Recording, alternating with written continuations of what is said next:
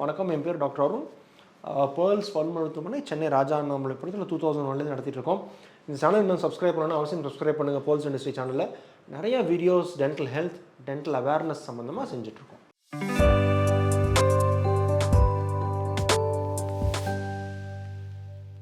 இப்போ நான் சொன்னேன் 4 டிஃப்ரெண்ட் கைண்ட்ஸ் ஆஃப் மெட்டீரியல் சொல்லியிருக்கேன் உங்களுக்கு இல்லையா. இதை நம்ம எப்படி சூஸ் பண்ணுவோம், என்ன மாதிரி மெட்டீரியல் எப்படி சூஸ் பண்ணுவோம்?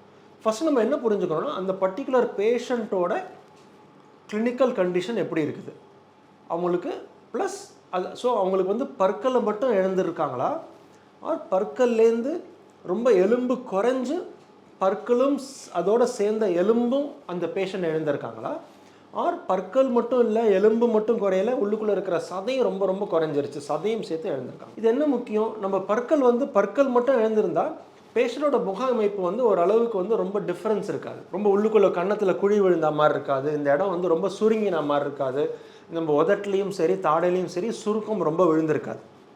அப்படின்னா என்ன அர்த்தம்? ஸோ ரிலேட்டிவ்லி யங்கர் பேஷண்ட்ஸ் பற்கள் மட்டும்தான் எழுந்திருக்காங்க, அவங்களோட தாடை எலும்பு இன்னும் நல்லா இருக்குது, மசில் ஸ்ட்ரக்சரும் இன்னும் நல்லா ஸ்ட்ராங்காக இருக்குது.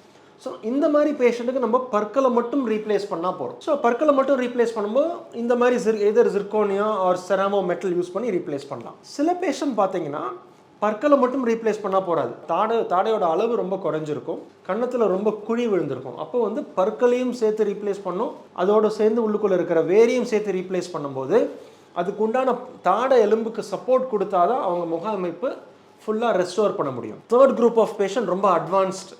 அப்படின்னா என்ன, பற்கள் எலும்பு சதை எல்லாமே குறைஞ்சிருச்சு, ரொம்ப அட்வான்ஸ் ஸ்டேஜில் தான் டென்டல் இம்ப்ளான்ட் ரீப்ளேஸ்மெண்ட்டுக்கு வந்திருக்காங்க. கன்னத்தில் குழி ப்ளஸ் அந்த லோவர் தேர்ட் ஃபேஸ் வந்து ரொம்ப குறைஞ்சிருச்சு, ரொம்ப ஈர்லேயும் சரி கன்னத்துலேயும் சரி சுருக்கம் ரொம்ப வந்துருச்சு.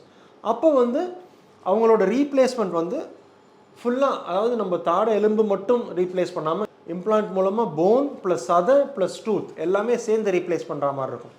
ஸோ என்ன மெட்டீரியலோட நம்ம சூஸ் பண்ணாமல் அவங்களோட டென்டல் டாக்டர்கிட்ட உட்காந்து கலந்து பேசி என்ன ஆப்ஷன், எது பண்ணினா அவங்களோட ஃபேஸ் அமைப்பு ரொம்ப கரெக்டாக இருக்கும், அண்ட் உங்களோட ஃபங்க்ஷனிங் எபிலிட்டி, அதாவது நம்ம சூயிங் எபிலிட்டி எது ரொம்ப நல்லாயிருக்கும், இது ரெண்டும் நம்ம புரிஞ்சுட்டு அதுக்கு ஏற்ற மாதிரி நம்ம ட்ரீட்மெண்ட் பிளான் பண்ணி அதுக்கு ஏற்ற மாதிரி நம்ம இதுதான் என்ன பெஸ்ட் மெட்டீரியல் நம்ம டிசைட் பண்ணோம். ஸோ இது வந்து one material fits for all. இது ஒரு மெட்டீரியல் தான் எல்லாருக்கும் பொருத்தம்னு கிடையாது.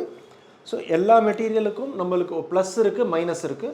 ஸோ டாக்டர்கிட்ட கலந்து பேசிவிட்டு அது தகுந்த மாதிரி என்ன மெட்டீரியலோ ஐடியல் மெட்டீரியல் நம்ம சூஸ் பண்ணி பண்ணோம். இந்த வீடியோ பிடிச்சிருக்குன்னு நினைக்கிறேன். வேறு ஏதாவது கொஸ்டின்ஸ் இருந்ததுன்னா கமெண்ட் செக்ஷனில் கமெண்ட் பண்ணுங்கள், வீடியோவை லைக் பண்ணுங்கள், சேனலில் சப்ஸ்கிரைப் பண்ணுங்கள். அடுத்த வீடியோவில் சந்திக்கிற வரைக்கும் டாக்டர் அருண் பேர்ல்ஸ் பல் மருத்துவமனையிலேருந்து பேசுகிறேன். நன்றி, வணக்கம் அண்ட் தேங்க்யூங்க.